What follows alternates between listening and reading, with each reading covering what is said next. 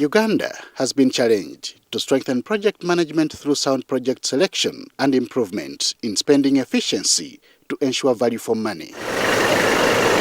This recommendation is by International Monetary Fund, whose team has been in the country to conduct a review of the economy under the policy support instrument.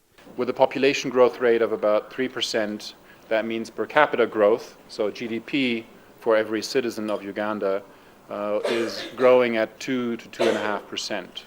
That's lower than what Uganda has achieved in the past, and certainly the government rightly wants to raise that rate again to ensure that Uganda can make fast progress on improving living standards for its citizens and lifting people out of poverty.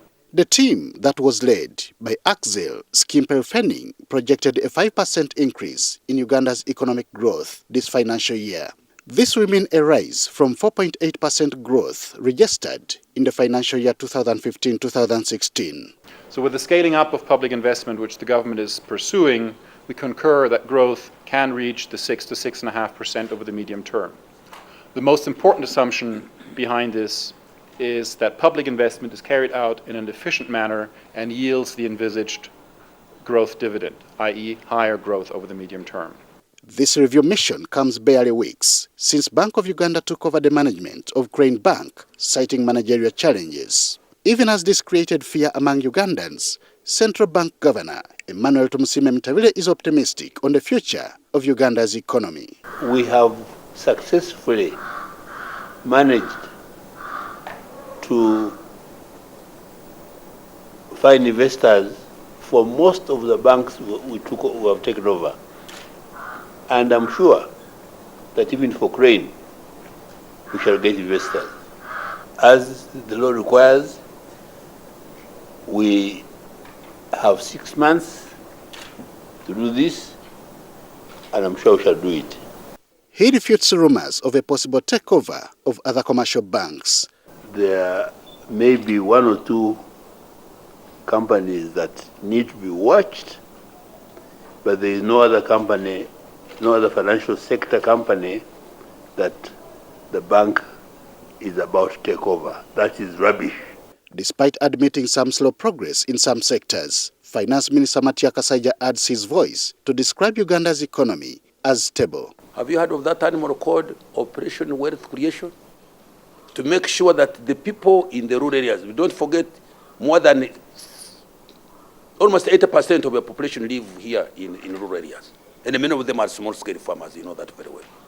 Now, if we can promote, and please help me to promote this, we may not be doing it very nicely, but please show us where things are not moving well.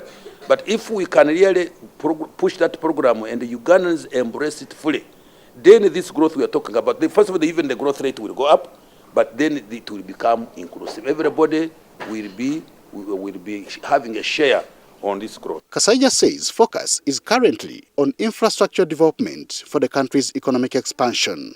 We are now, as you know very well, we are investing very heavily in infrastructure. Why? Because if you don't have good roads, forget about your economy expanding. If you don't have electricity, forget about industry. Now we are in a modern age. It is a .com age, as I call it.